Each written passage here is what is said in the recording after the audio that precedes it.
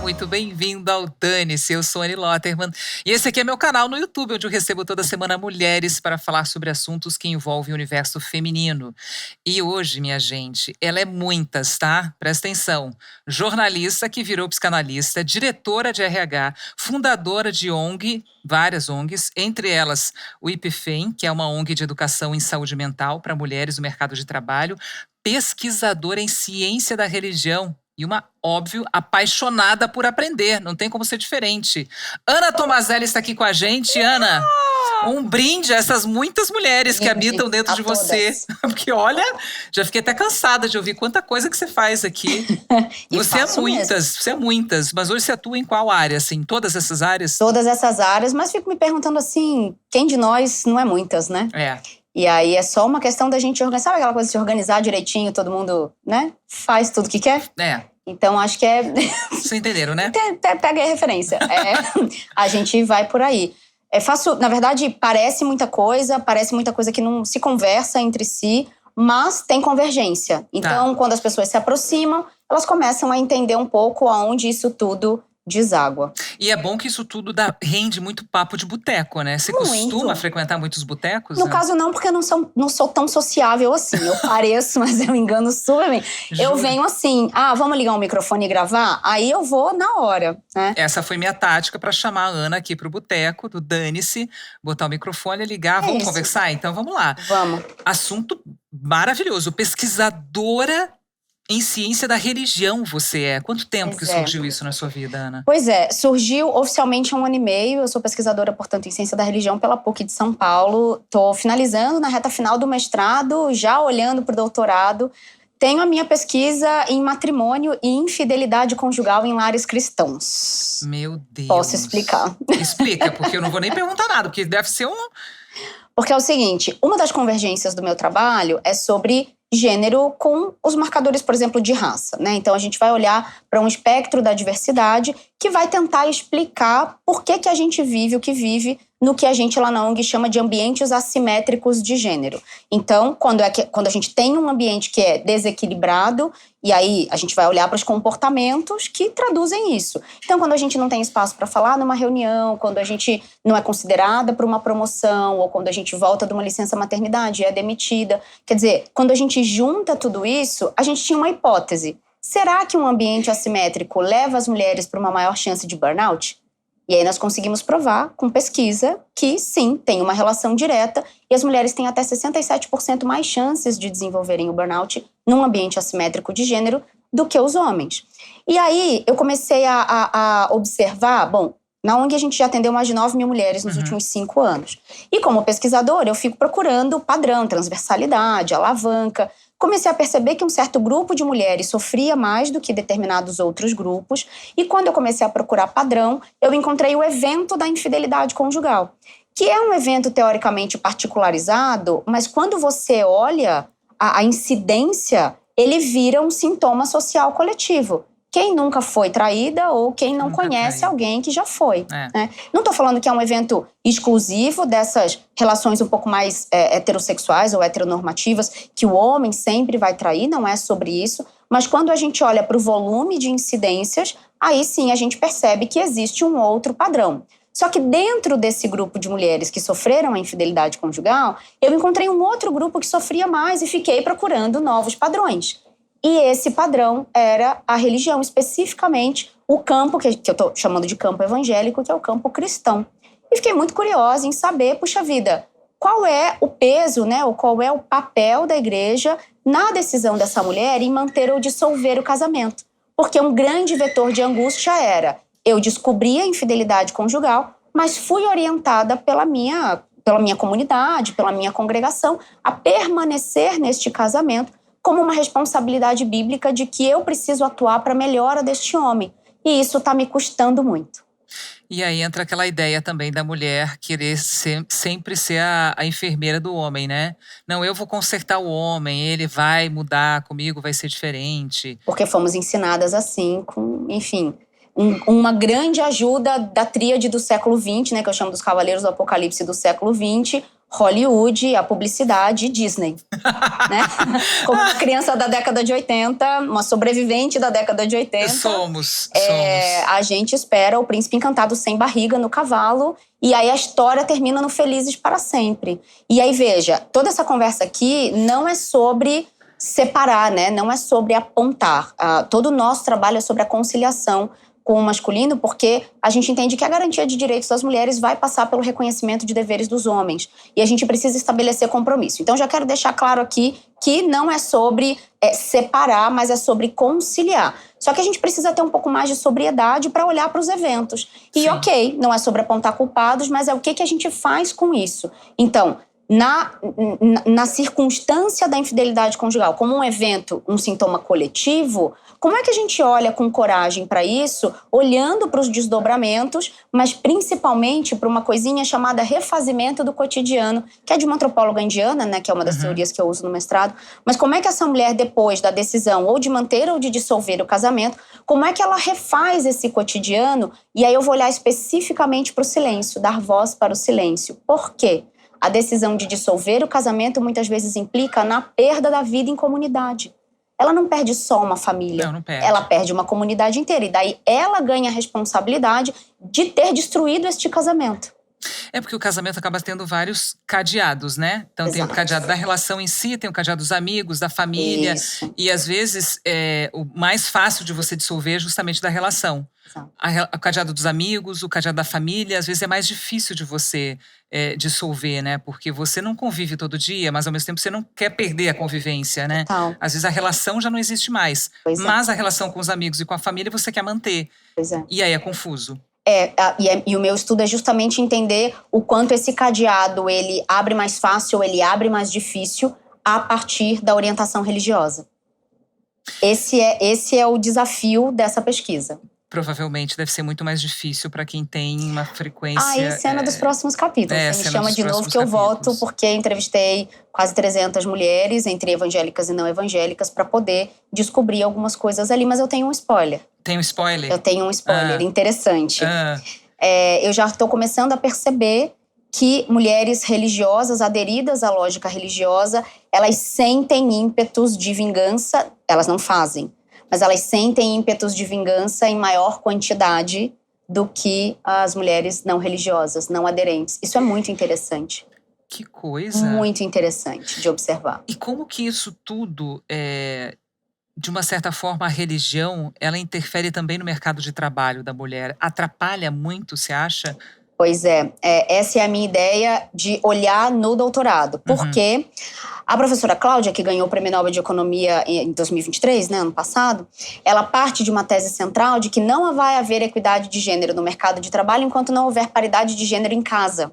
Só que para haver paridade de gênero em casa, a gente tem que atravessar justamente a lógica religiosa fundadora dessa cultura do Ocidente, que diz que o lugar da mulher é em casa, servindo a este lar, responsável por esses filhos. E tudo bem também na escolha de cada uma, até porque o feminismo é justamente para isso, né? Para você ser dona de casa, inclusive, se você quiser. Então, o que eu percebo já como um cheiro é que sim, tem bastante impacto, porque se esse trabalho doméstico, e a gente tem muitos números da economia do cuidado, se esse trabalho doméstico ele tá aqui, né, colocado neste lugar do casal, para me dedicar a uma carreira, para estudar, para fazer um trabalho fora, para me candidatar para uma vaga um pouco maior, que me demande um pouco mais de tempo e de dedicação, eu preciso fazer muita conta, muito cálculo.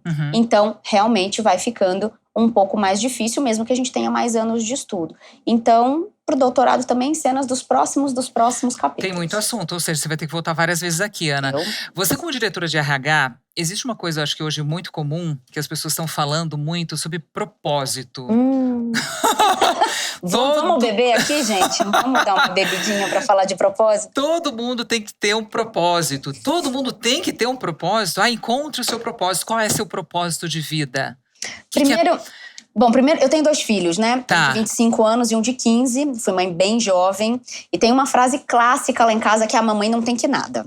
A mamãe não tem que nada. A mamãe não tem que nada. Adoro. Eu não tenho que nada, né? Então, acho que essa é a primeira coisa. Ninguém tem que nada. A gente vem criando, nos últimos 15, 20 anos, acho que alguns mecanismos ou alguns artifícios para a gente conseguir lidar com o manejo do sofrimento no mercado de trabalho. Então, tem até um campo de pesquisa chamado Patologias do Social, que a gente vai olhar com muito carinho para isso. Por quê? Porque quando a gente fala de procurar esse propósito, isso se aproxima, inclusive, de algumas outras abordagens religiosas, quando a gente fala do Dharma, né, dessa missão na Terra. Então, várias abordagens religiosas vão te impelir ou vão te estimular a procurar um sentido para essa existência. E aí a gente pega isso, inverniza de um outro jeito e traz para o capitalismo, e traz para o mercado de trabalho. Eu gosto muito do conceito essencial de ter esse propósito, então, quase como assim, de ter uma razão para viver. Só que quando isso é aplicado à lógica do trabalho, a gente começa a pedir do trabalho aquilo que ele não pode entregar sozinho. E daí isso é muito perverso e muito perigoso. E para a gente, então, que também está no terceiro setor, de fato, quem trabalha com o terceiro setor tem um compromisso social. Então, encontrou ali o tal do propósito. Tem um pouco de ranço dessa palavra, do uso que fizeram dela. Desalinha meu chakra na hora. É a nova hashtag gratidão. Não, desalinha meu chakra na hora. Hashtag gratidão, hashtag propósito de vida, propósito. Sucumbi às 5 horas da manhã e eu sou a pessoa que treina às 5 horas da manhã. Tudo bem, sal do sol e tal, aquela coisa toda, nada contra, viu? Tem até alguns amigos que são.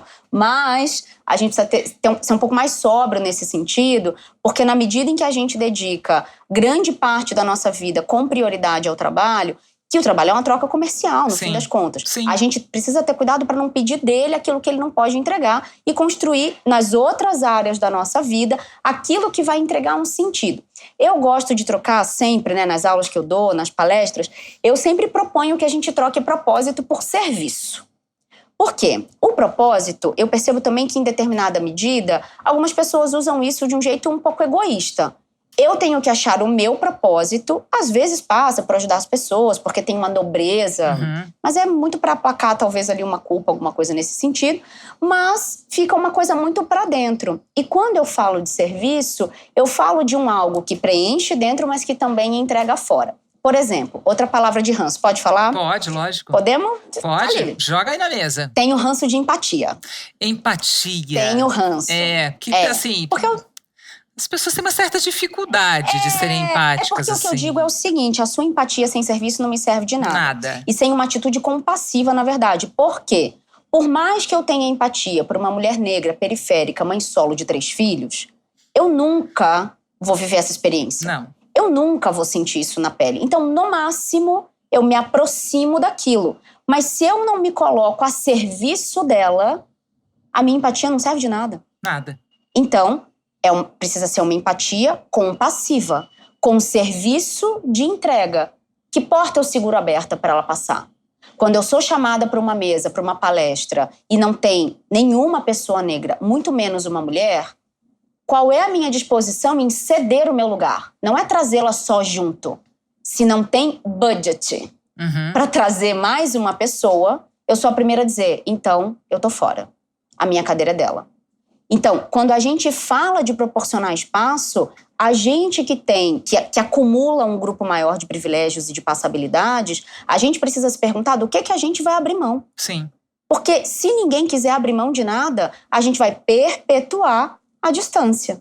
Então, isso, para mim, é serviço, é empatia compassiva.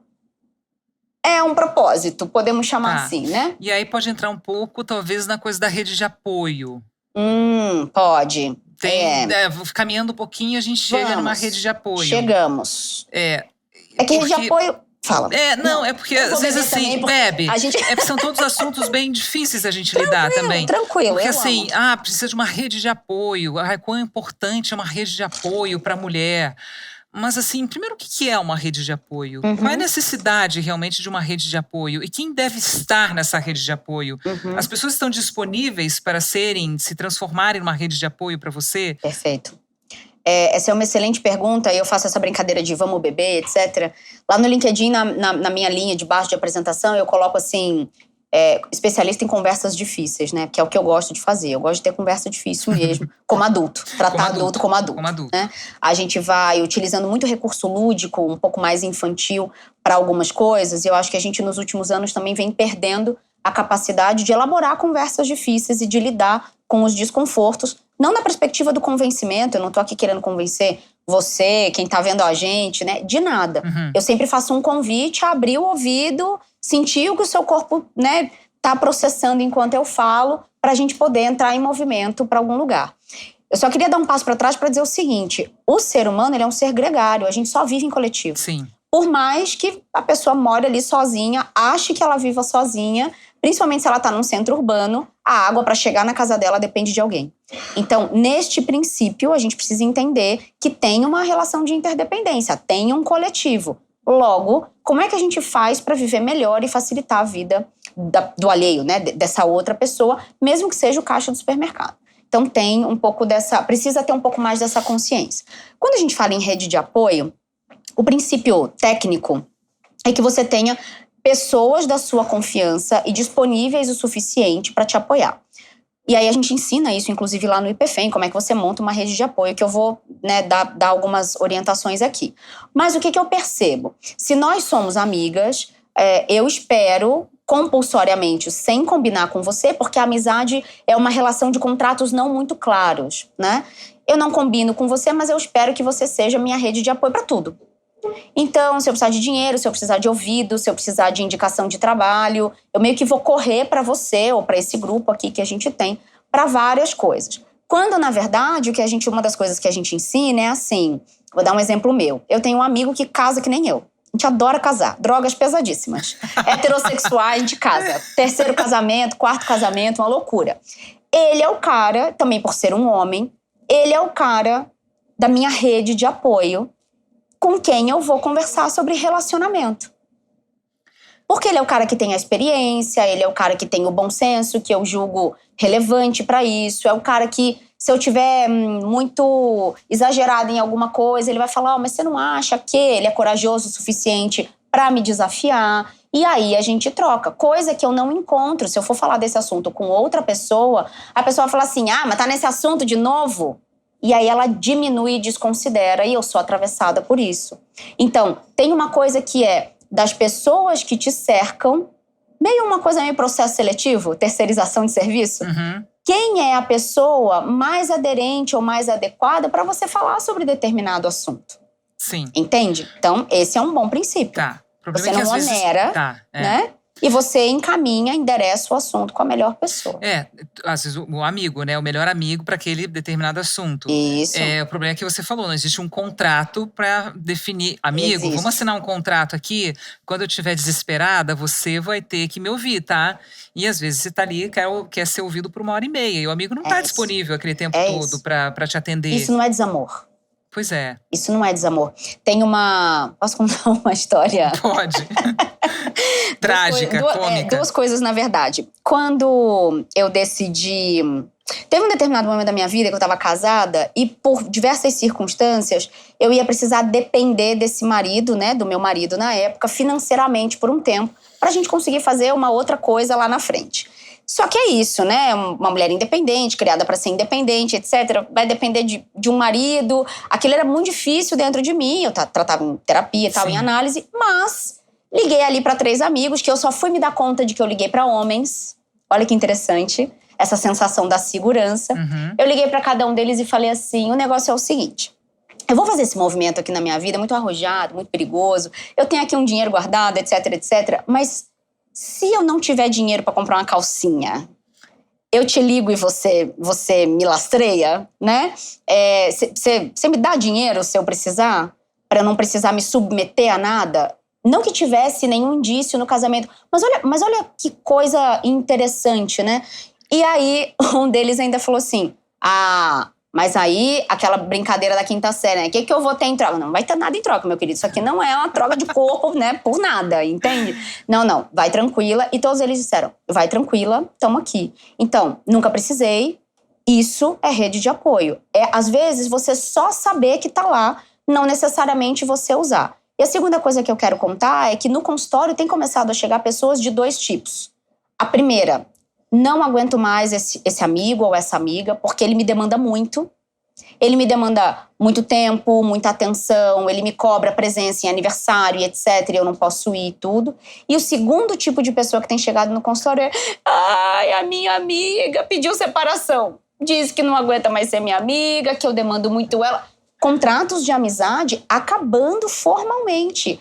E aí, pesquisadora, o que eu comecei a procurar? Padrão. Em geral, quando essas amizades elas são iguais, solteiros ali, de balada, etc. Uma pessoa casa, tem filho, ascende na carreira e etc. E a outra não. Então essa aqui ganha uma série de demandas e essa fica naquele estágio anterior. Não é melhor e não é pior. Só muda o status. E aí essa incompatibilidade começa a acontecer. Então, eu tenho conversado muito sobre isso nos grupos de mulheres, muito para dizer, olha, vamos prestar um pouco de atenção. Às vezes, a pessoa que vira mãe num grupo de mulheres solteiras que não são mães se sente muito fora de tudo, porque agora tem criança pequena. Então, é só ficar de olho nas incompatibilidades e produzir os acordos. Sim. Esse, para mim, é o grande segredo. E tem o amigo do sucesso e o amigo do buraco também, né? Ah, o amigo que você isso tá lá no aí. sucesso e o amigo que tá ali com você no buraco também, em todas as situações. Isso aí, sim. Vamos falar de arquétipo? Porque assim, eu sempre fico pensando, o que é exatamente um arquétipo? Olha, Tá vendo, gente? O título desse episódio vai ser Vamos ter uma conversa difícil? excelente. Ou pode ser sorveteria, cabeleireiro e material de construção também. Também é uma boa. Excelente. É o nome do episódio. Mas a sua pergunta sobre arquétipo ela cabe muito bem, porque quando a gente fala de marcador de gênero, existe uma expectativa sobre o que a gente tem que ser. Lembra do Bela Recatada e do Lar? Aham. Quem esquece, não é mesmo? Ninguém esquece. Então, isso é, por exemplo, um arquétipo que nasce das religiões que fundam a cultura do Ocidente. Tá. Então, este entendimento, um arquétipo ele vai sempre ser um padrão. Vamos Tá. simplificar dessa forma. Ele vai ser um padrão que está estabelecido, não se sabe desde quando, parece que sempre foi assim, e a gente corre o risco de biologizar ou naturalizar, que é o que... Não, mas é da natureza da mulher cuidar. Será? Ou será que a gente foi ensinada a ser assim? Aí tem um conceito do Bourdieu que eu gosto muito do hábitos, Numa né? tribo indígena, criança nasce, todo mundo ajuda a cuidar. Todos os homens ajudam a cuidar. A aldeia precisa de uma aldeia para criar uma criança, né? Tem essa frase. É verdade. É Exato. verdade. Sem dúvida nenhuma. Então, esse lugar de naturalizar ou biologizar, ele é muito perigoso. Então, esses arquétipos, eles aparecem para dizer, não, esse homem, ele tem que ser o provedor, o viril, o violento e etc. E essa mulher tem que ser a compassiva, a sábia, a edificadora do lar e etc. Então, são vários atributos. E aí eu tô pegando o binário mesmo, né? Tá. Que é o que eu chamo também na minha pesquisa de eixo original da opressão, que é oriundo do mito de Adão e Eva, na expulsão do Éden. Então, quando a gente olha para esse eixo original de opressão, a gente, na Bíblia, a gente vai pegar dois grandes arquétipos e eles se reproduzem em vários outros lugares. Que é o de Maria, que é essa mulher que, para engravidar, nem teve relação sexual. Então, tem um lugar de supressão do desejo importante e discutir esse assunto é super delicado. Ela tem esse filho e ela aguenta, né, muito ali... A história padrão, né? Ela aguenta muito submissa nesse sentido, esse sofrimento até o final e etc. E é como se ela fosse a redentora de Eva. Eva é essa mulher, então, que impele Adão a pecar. A culpa pela expulsão do Éden, oficialmente, é de Eva, né? No entendimento um pouco mais padronizado, mais literal. E aí vem, então, a figura de uma outra mulher que redime Eva. Isso são arquétipos, certo? Mas aí tem Madalena. E aí Madalena é essa figura que vai sendo colocada no lugar de mulher não para casar, porque a gente tem os dois grandes arquétipos, a mulher para casar e a mulher que não é para casar, e que vem assim na história o tempo inteiro. Então eu costumo dizer que todo mundo quer ser Maria, ninguém quer ser Madalena, e se a gente pensar no Velho Testamento, todo mundo quer ser Ruth, não quer ser Jezabel, sendo que somos todas elas, e a gente precisa entender, e eu acho que a nossa geração é a geração da cisão, é a geração que diz, nós somos todas elas, né? E a gente paga um preço alto por isso. Exatamente, paga um preço Sempre, alto, sim. Né? Sim. Por assumir e admitir esses lugares. Principalmente o lugar do desejo, que tira de outras pessoas o controle sobre os nossos corpos, aí não só sobre direitos reprodutivos, mas sobre a nossa sensualidade, né? O erótico da coisa e tudo mais. Então, quando a gente fala de arquétipos, a gente tem que entender a que arquétipos a gente adere. E aí tem o famoso arquétipo da guerreira. Ranço, master, vou beber mais. Vamos beber. Que eu costumo dizer que guerreira é a Xena, eu tô cansada, né? Porque essa noção da guerreira, ela é uma noção que coloca a gente nesse pedestal, mas eu não devia estar guerreando com nada. Não devia ser tão difícil. Não devia ser tripla jornada, não devia. Pra que a gente tá guerreando? Mas aí a gente entra na lógica do sofrimento e aí isso é outro Vai. assunto. Mas, ou seja, a gente está sempre se agarrando a algum tipo de arquétipo para poder justificar uma existência, uma forma de ser, uma forma de viver. Desde que o mundo é assim. Então, assim, a gente está segurando hoje no arquétipo da guerreira. E a gente não aguenta mais. É porque Ser guerreira, não aguento mais. os lugares arquetípicos, eles, de certa forma, eles também dão alguma segurança no entendimento de ser algo e também no posicionamento nos lugares de afeto. Então, muita gente me pergunta assim, Anne, conduzo grupos de mulheres há muitos anos, né?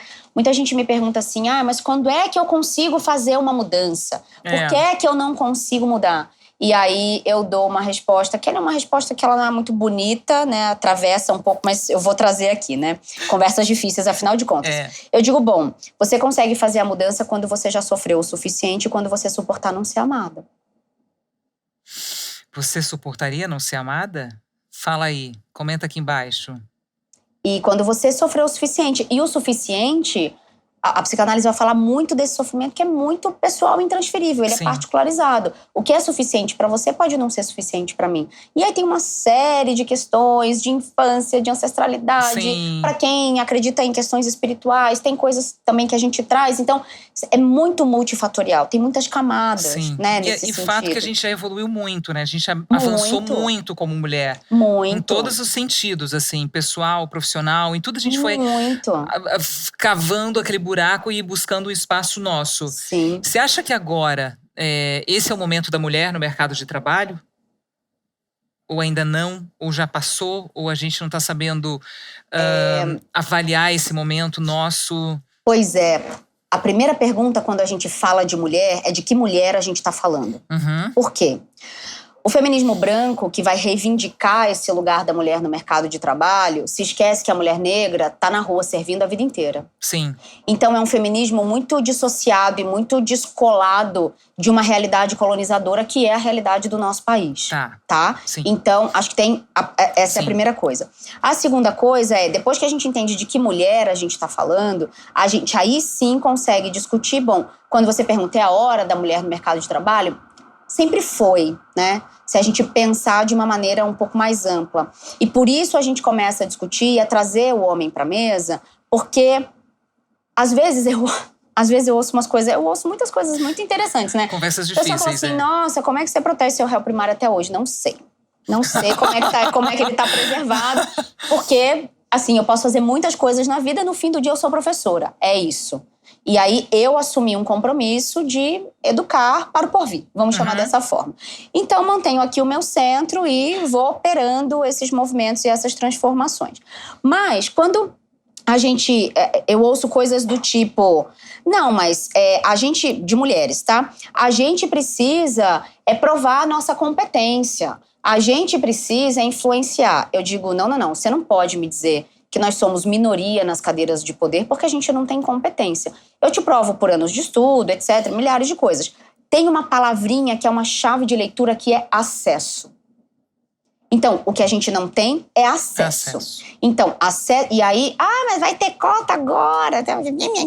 Eu digo, gente, cota é dispositivo temporário para a promoção de equidade enquanto a gente resolve o mundo. Então, a hora que a gente acessibiliza, o que não pode é só ter cota. E não fazer nada para consertar o modelo mecânico. Mas a hora que a gente dá o acesso, a coisa transforma. Então, não é sobre dar acesso a quem não tem competência também, mas a gente já tem muita competência. É só ver o que a Tarciana está fazendo na presidência do Banco do Brasil. Tá certo? Então, assim, a hora que a gente acessibiliza e intencionalmente diz, eu vou colocar uma mulher na posição, eu vou colocar pessoas negras nesse programa de trainee, eu vou acessibilizar, isso muda o jogo. Então, sim, é a hora da mulher no mercado de trabalho, na medida em que a gente já não precisa provar mais nada e na medida em que a gente tem que começar a acessibilizar. É só você olhar os países que se saíram melhor na pandemia da Covid-19. Todos eles liderados por mulheres. Então, não é uma questão... E aí, outra coisa que eu ouço. Mas também quero ver ir pra guerra, né? Ir pra guerra ninguém quer. E aí eu digo, Bom, mas se a gente estivesse liderando, talvez nem guerra tivesse. Porque a violência, ela é um monopólio do masculino, porque a estrutura que a gente desenhou mata todo mundo. Se você pega número de encarcerados, número de suicídios, número de assassinatos, etc., é masculino o monopólio da violência. E as mulheres são utilizadas como armas de guerra. Eu estou dando apoio para as empreendedoras sociais do Rio Grande do Sul e a gente teve que ajudar a construir abrigo só para mulheres, porque em estado de calamidade pública, as mulheres estavam sendo violentadas. Então, a hora que a gente entende que também mais de 80% das violências sexuais acontecem por conhecidos em ambiente teoricamente seguro, não é sobre falar mal de um homem. Sim. É sobre questionar a estrutura. O que a gente está fazendo como estrutura? Entende? Uhum. Então, é o lugar da mulher só porque a mulher existe em qualquer lugar. Você, como professora, você tem acesso também à galera mais jovem que está chegando no mercado de trabalho. Você acha que essa mulher que está chegando no mercado de trabalho agora, ela realmente pensa completamente diferente? Como é que pensam essas mulheres? Ou meninos e mulheres, tanto faz, acho que de uma forma geral.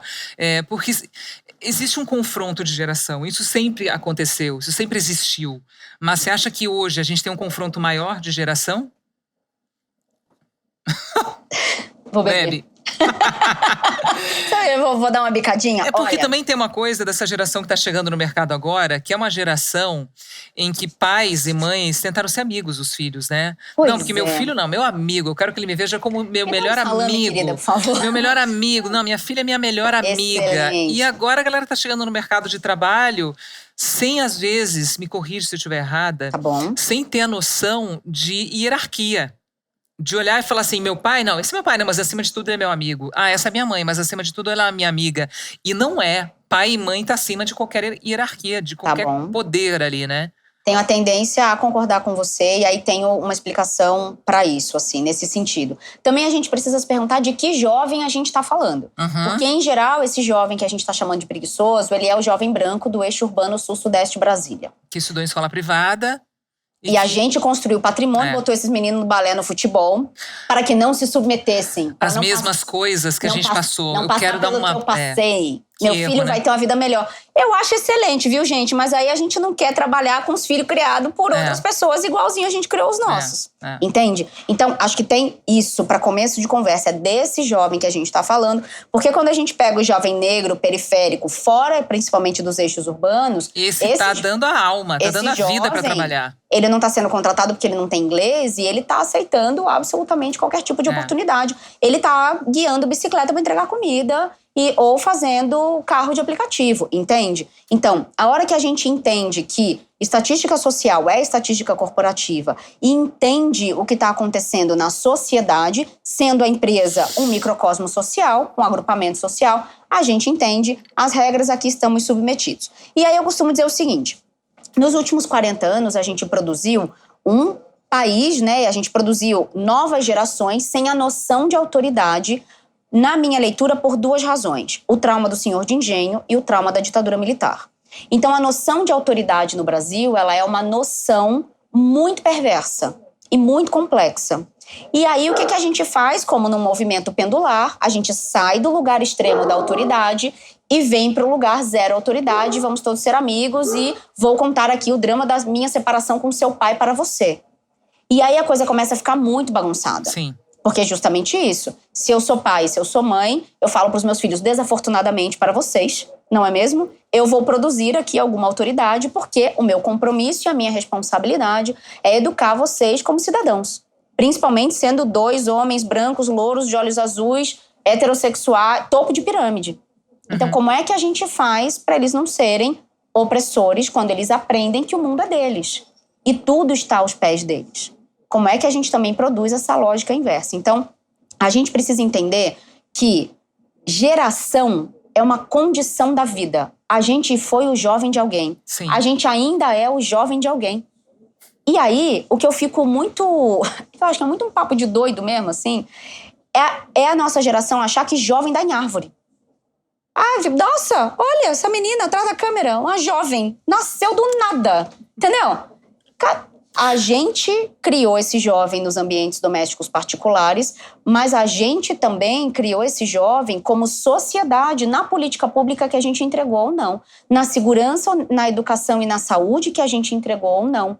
E aí fica uma coisa muito desconexa, porque também tem o papo agora da mãe narcisista. Já que é pra gente ser cancelada agora, a gente vai cancelar de vez. Eu fui xingada no Dia das Mães, porque eu falei bem de mãe. Falou bem de mãe? Eu vou juntar agora um assunto no outro. Ué, mas dá pra falar mal de mãe? Amada, agora tem a coisa do diagnóstico de TikTok, né? O narcisismo, enfim, a ansiedade, a depressão, etc. Tá. As pessoas veem vídeo lá no TikTok e aí acham que já entenderam o DSM, que é o livro da psiquiatria. E aí, o que eu fiz foi o seguinte, eu vejo um monte de gente falando mal de mãe, eu falo, gente, olha só. Minha frase foi, perto de mim ninguém fala mal de mãe, porque só erra quem faz e só faz quem fica. Esse país tem 5,5 milhões de crianças sem o pai na certidão. Sem o pai. Sem o pai. E o pai que está na certidão, em geral, ele não cumpre as funções pedagógica, operacional logística, financeira, educacional, emocional e espiritual. Então, o Brasil tem uma questão com o pai, desde a colonização. Muita criança nasce sem pai nesse Brasil, desde a colonização, depois no período de escravização e assim por diante. Sim. Então, e a gente fica procurando pai, né? Sim. Eu tenho a teoria que depois que o Senna morreu, ficamos órfãos de vez, deslocamos a necessidade de pai para a política e deu no que deu. Então, se a gente entende que a gente tem um problema com a questão paterna, a gente começa a entender o que acontece, por exemplo, no jovem. E daí eu falei isso, e aí eu comecei a ser muito atacada. Mas a minha mãe destruiu a minha vida, a minha mãe narcisista, a minha mãe isso. E aí eu só falei, quer dizer que você não vai ouvir no consultório, no seu consultório, se eu precisar falar mal? Eu falei, gente, eu sou freudiana. A melhor coisa que você pode fazer é falar mal da sua mãe e do seu pai pra mim. O lance todo é o seguinte, eu não vou ficar com você numa mesa de bar, com você falando mal da sua mãe, que ficou pra te criar, sem se perguntar onde estava o seu pai. Porque isso é outra discussão geracional, Anne. Quer dizer, eu sou fruto de uma mãe que destruiu a minha vida, mas eu não tenho responsabilidade no jovem que chega? O que está acontecendo aqui? Agora eu vou juntar com o assunto do jovem. No jovem, eu comecei a ser... No meu vídeo que viralizou, eu comecei a ser muito xingada por homens. Óbvio. Que esse jovem... E aí, eu fiz um convite para eles. Homens, eu convido vocês a revisarem vossas paternidades e a de vossos amigos. Porque você abandona o lar e 20 anos depois você quer um jovem saudável? Como é que isso aqui está funcionando? Então, não se implicar na responsabilidade... E, de novo, não estou dizendo que a responsabilidade é só da ausência deste pai, mas sim faz muita falta. E eu sou uma grande defensora do papel do pai igual ao papel da mãe.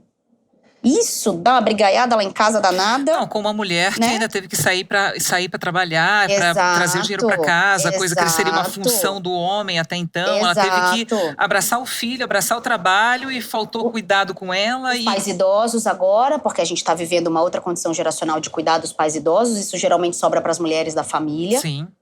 Também quando elas têm irmãos. Então, veja bem, quando a gente olha para a questão geracional, ela é um pouco mais ampla e um pouco mais complexa. Esse jovem, portanto, chega no mercado de trabalho e a única figura de autoridade nos últimos 40 anos, então, a gente perdeu as figuras de autoridade de pai e mãe, de professor, de policial, de padre, falando de figura religiosa de uma maneira geral. O pastor ainda se mantém um pouco ali no lugar do aconselhamento. Mas quando a gente olha para as figuras de autoridade, não estou discutindo se boas ou ruins. As figuras de autoridade que existiam, elas foram esvaziando e falindo ao longo dos últimos 40 anos. E a única posição na minha leitura de autoridade que permanece é a do chefe, porque ela é sustentada pelo capital. E aí também com a chegada das redes sociais, provavelmente a noção de ascensão e sucesso muda completamente. Completamente. A gente queria ser o quê? Modelo e jogador de futebol, atriz. Sim. Você teve toda a chance, porque é linda, maravilhosa desse jeito. E eu, com 1,5 m? Faço o quê? Meu mesmo com essa altura não deu certo, tá? Entendeu? Eu até tentei, mas não deu certo. Pois é, mas o que a gente queria ser? Modelo, manequim, jogador de futebol, atriz, Paquita ator. da Xuxa. Paquita, acabou pra mim. Você é ótima, Paquita. Olha pra mim, sem chance, né? Morrendo no nascedouro. Então, todas essas noções de lugares autorizados ou lugares possíveis, elas mudam completamente. E aí tem uma coisa muito interessante, porque a internet, assim como um princípio na ciência da religião que a gente chama de secularização, né? Que é esse, vou chamar de um esvaziamento das religiões, que agora está voltando com tudo, né, nesse rebote, mas a gente torna muita coisa possível. E a gente desafia a lógica de autoridade, de celebridade, de sucesso. E começa, portanto, a dar atenção a pessoas que, claro, produzem muitas coisas que são muito interessantes, mas a pessoas que vão reforçar estereótipos também e vão reproduzir uma série de pensamentos que podem ser muito nefastos, né, para falar dessa forma. Então, a gente vai ficando sem referência num país que cresce sem uma educação muito fortalecida, com 82% de analfabetos funcionais, e aí a gente tem um pouco essa festa estranha com gente esquisita que a gente vai produzindo nessa vida, né? Porque a sensação que eu tenho é que a gente vive desdobrado, que é um conceito do kardecismo, né? A gente vive desdobrado nesse 3D e na internet. Então são duas pessoas, duas vidas numa pessoa só. E muitas vezes essas vidas são incompatíveis, ou elas aqui são um ideal utópico fantasioso e aqui tem uma realidade. Por isso essa sensação de que a internet produz algumas coisas muito diferentes da vida prática. Você é uma pessoa na internet e outra pessoa na vida real. E de verdade, do ponto de vista de processo histórico, a gente ainda está aprendendo e inventando como isso vai acontecer. Total. Não tem fórmula. Então quando o pessoal fala assim, o futuro do trabalho, cuidado para não se abandonar no presente. Porque as relações estão esvaziadas, a gente está reclamando pra caramba que as pessoas não ouvem, não tem tempo, etc. Mas quando eu faço quando outro vídeo meu viraliza, que eu digo, cuidado ao ouvir áudio acelerado do WhatsApp, porque você treina o seu cérebro de maneira a não conseguir mais ter isso aqui. Deve ter um monte de gente ouvindo a gente no vezes 2. Bota no 1, gente, tira do vezes 2 aí. Vai treinar o cérebro ruim, aí vai falar assim… E a Ana já fala rápido, a Ana já fala no vezes 2. Entendeu? E fui xingada que eu falo devagar na internet. Então assim, entende? Então, essa produção de o que eu quero ser, com o que eu posso ser, com o que esse mundo também vai me permitir, porque não depende nunca só da gente, depende de quem está em volta da gente, não só como rede de apoio, mas quem convive com a gente também nesse sentido, né? E também eu puxo sempre pro eu, né? Que o Sartre vai dizer que o inferno são os outros, mas o Lacan fala assim, mas a gente é o outro do outro. Aí o inferno então é quem? Essa última pergunta é minha. O inferno então… Eu, Lacan e Sartre. Né? O inferno então é quem? Se o inferno são os outros, mas eu sou o outro do outro. Qual é a nossa parte nesse latifúndio, entende? Sim. Então, qual é a nossa responsabilidade? Eu tô disposta a ser a rede de apoio de alguém? Eu tô tratando as pessoas com gentileza? Eu tô respirando fundo antes de dar uma resposta atravessada? Ou eu tô aguentando tudo também pra falar, olha como eu aguento as coisas. Tudo depende de mim. E me coloco nesse lugar um pouco mais vitimizada, entendeu? Uhum. Então, são reflexões pra gente também reproduzir, principalmente para as mulheres que estão no privilégio. Muitas vezes também essas mulheres não deixam esse homem dar banho no bebê porque, não sabe fazer. Fica ela e a mãe assim, é que ele não sabe fazer. Ele aprende a fazer cerveja artesanal, gente. Não vai aprender a dar banho numa criança. Vai, não vai aprender a trocar uma fralda. Lógico que vai. Entende? Então, essas conversas difíceis a gente precisa, de fato, começar a ter. Caminhando já para o final da nossa entrevista, Ana, eu queria te fazer uma pergunta sobre o mercado de trabalho. Você falou, para o futuro do trabalho e tudo mais. Mas algumas pessoas consideram o nosso sistema de trabalho, carteira assinada, a coisa do seguro-desemprego, uma coisa extremamente paternalista, né, de proteger o empregado.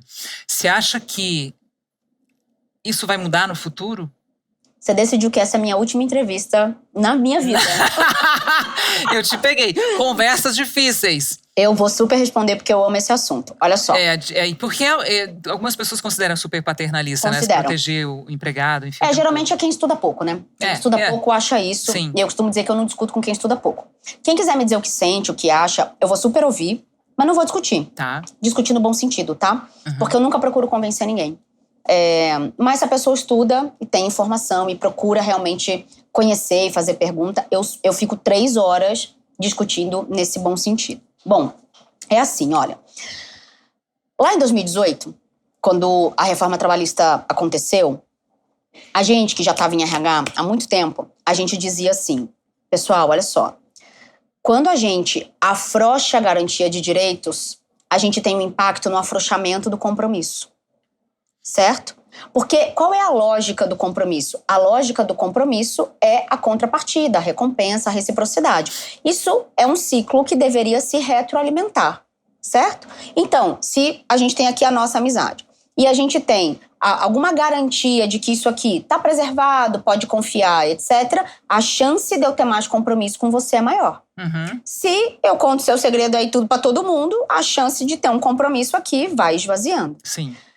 Lógica, isso vem chama Teoria das Janelas Quebradas. Metrô de São Paulo é um dos metrôs mais limpos do mundo. É mais limpo porque ninguém suja ou ninguém suja porque é mais limpo? Meio mistério de Tostines. Porque você fica constrangida, né, de jogar um lixo no metrô de São Paulo. Sim. Porque é tudo sim. tão limpinho. Então, essa lógica do compromisso, ela tá muito ligada àquilo que você tem de volta. No trabalho não é diferente. Bom, 6 anos depois, a gente tá sofrendo uma grande crise de compromisso. Principalmente nas relações que são um pouco mais pejotizadas, vamos chamar dessa forma, fora da lógica CLT. Ai, Ana, mas quem é CLT também não tá com compromisso, não. Isso é uma realidade em muitos lugares. E aí a gente só precisa entender o esgarçamento desse compromisso também. O que você tá pedindo dentro de uma lógica CLT. Por quê? Quando a gente... E aí, uma outra informação. A lógica PJ... ela é muito interessante porque a pessoa que é prestadora de serviço, ela procura pela garantia de direitos, ela pede 13º, ela pede férias, ela pede tudo. E o empregador também pede subordinação, habitualidade, cobra horário. Aí você fala, ué, porque antes da reforma trabalhista a gente devia ter discutido a reforma tributária, porque o que onera é esse monte de tributo que tem, enfim, sobre folha de pagamento e tal. Excelente. Então, respondendo diretamente à sua pergunta, não é um lugar paternalista, na medida em que este país, pela colonização que teve, pelo processo de, aspas, libertação dos escravizados, sem terra, sem incentivo, sem educação, sem nada. Na medida em que a gente não tem um amadurecimento social para a gente discutir relações de trabalho de igual para igual, tanto que tem um princípio no direito brasileiro de hipossuficiência do trabalhador. O trabalhador ele é menos suficiente ou mais fraco do que esse empregador CNPJ. Na medida em que a gente não tem o mínimo de igualdade de tensionamento de poder, é muito difícil fazer essa negociação garantindo direitos fora de uma lógica legal, certo? Outro dia eu vi uma matéria assim, e agora tem o salário sob demanda. Aí eu postei uma story assim, silêncio, o jovem está descobrindo o horista. Aí eu printei a CLT. Falei, gente, isso aqui existe desde 1943. Então, veja só, pessoas que estudam pouco não entendem o mecanismo de proteção, e eu fui diretora de muitos países, de reposição inflacionária, de garantia de direitos das mulheres, inclusive, etc. Não entendem. E aí vai chamar isso de produção de preguiçosos, vagabundos, encostados, etc., sem entender que não existe maturidade social, porque a hora que sai a lei, o tensionamento acontece e para pagar boleto você vai se submeter a muita coisa. Qualquer né? coisa. Diferente dos Estados Unidos, que foi colonização de povoamento. E para quem se interessar em estudar um tiquinho mais, precisa ler Max Weber, A Ética Protestante e o Espírito do Capitalismo. Aí sim vai ser uma conversa difícil, hein? Ó, minha cabeça já tá aqui fritando, eu não sei a de vocês. E eu não deixei a Ana comer, não deixei a Ana beber, eu vou deixar ela comer e beber agora, tá, gente? Porque assim, ela vai ter que voltar outras vezes pra gente ter outras conversas difíceis. Ana, mas antes da gente terminar, a gente tá no boteco. Tá bom. E boteco sempre tem a nossa bolacha de chopp. E atrás da nossa bolacha de chopp tem uma frase do Dani-se. Eu gostaria que você lesse a sua frase e comentasse a sua frase. Vamos ver. Tipo um oráculo, eu adoro. Tipo oráculo, é. Eu sou oraculista. Às vezes, a melhor coisa a se fazer pra você ser feliz é apertar o botão do dane-se. Olha aí. Faz sentido pra você? Faz todo sentido. Eu escrevi um livro chamado Desista, pelo IPFEM, que é um manifesto pelo direito de desistir sem ter que dar explicações ou ser julgada por ninguém. Uau! Esse foi a minha palestra do TED. Praticamente você apertou o botão do dane-se ali. Porque a gente desiste de muita coisa todo dia, Anne. Geralmente da gente mesmo. Não, e às vezes é melhor você desistir de um projeto, até porque você já se transformou tanto, já tá outra pessoa, que não é mais aquela pessoa que fez aquele projeto, ou que sonhava com aquilo. Hoje você nem sonha mais, então desapega, dane-se aquilo e vai ver outras coisas, né? E eu costumo dizer que o desistir maduro é a prevenção do arrependimento tardio. Olha, como é que é? Repete. Que o desistir maduro é a prevenção do arrependimento tardio. Muito bem.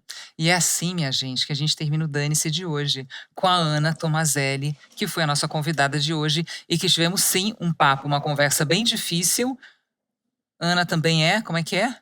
Modelo manequim, não sei E o quê. modelo manequim, ataco de DJ, tenho vários projetos. Estou quase na categoria de subcelebridade na internet. Você, por favor, pode contribuir aí. Eu quero recebidos de livros. É isso, recebidos de livros. Eu também quero recebidos, mas eu quero recebidos de comentários aqui, de like e também de você se inscrever no meu canal. Então, faça isso. E eu te espero na semana que vem, na quarta-feira, 8 da noite, aqui no YouTube e também no Spotify. Muito obrigada pela sua companhia. Um beijo, até semana que vem.